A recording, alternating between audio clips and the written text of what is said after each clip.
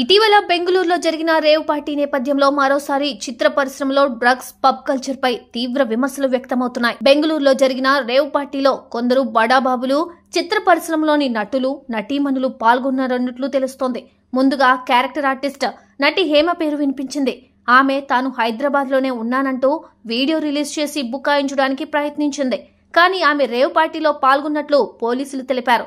Hero Srikanth లాగా పోలిన వ్యక్తి ఉండడంతో అతడి పేరు కూడా వినిపించింది. అయితే తాను ఎక్కడికి వెళ్లలేదని, తన ఇంట్లోనే ఉన్నట్టు క్లారిటీ ఇచ్చారు. తాను పార్టీలకు, పబ్లకు దూరంగా ఉండే వ్యక్తినని శ్రీకాంత్ తెలిపారు. కొన్నేళ్ల క్రితమే పబ్ కల్చర్ పై శ్రీకాంత్ కామెంట్స్ చేశారు. ఇప్పుడు రేవ్ పార్టీ నేపథ్యంలో ఆ కామెంట్స్ వైరల్ అవుతున్నాయి. హీరోయిన్ ఊహని పెళ్లి చేసుకున్న తర్వాత ఇతర హీరోయిన్లతో అంతగా మాట్లాడేవాడిని కాదని శ్రీకాంత్ అన్నారు. ఎందుకంటే ఇంగ్లీష్ ఫ్లూయెంట్ గా మాట్లాడలేను. మనకి వచ్చే హీరోయిన్లందరూ బాంబే నుండి వస్తారు.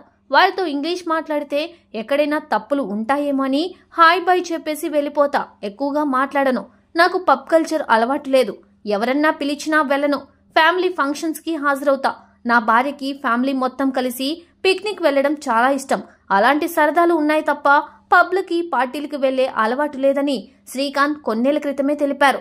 నా ఫ్యామిలీ లైఫ్ డిస్టర్బ్ కాకూడదు, అందుకే ఇతర వ్యవహారాలు పెట్టుకోనని శ్రీకాంత్ అన్నారు. ఇక తాను 3 పిల్లల్ని కనడానికి కూడా కారణాన్ని శ్రీకాంత్ వివరించారు. నేనైతే 2 అనుకున్నా, కానీ నా భార్య ఊహకి పిల్లలంటే చాలా ఇష్టం. 3వ బిడ్డ కూడా కావాలని కోరుకుంది. అందువల్ల 3 కన్నామని శ్రీకాంత్ మనసులో మాట బయటపెట్టారు.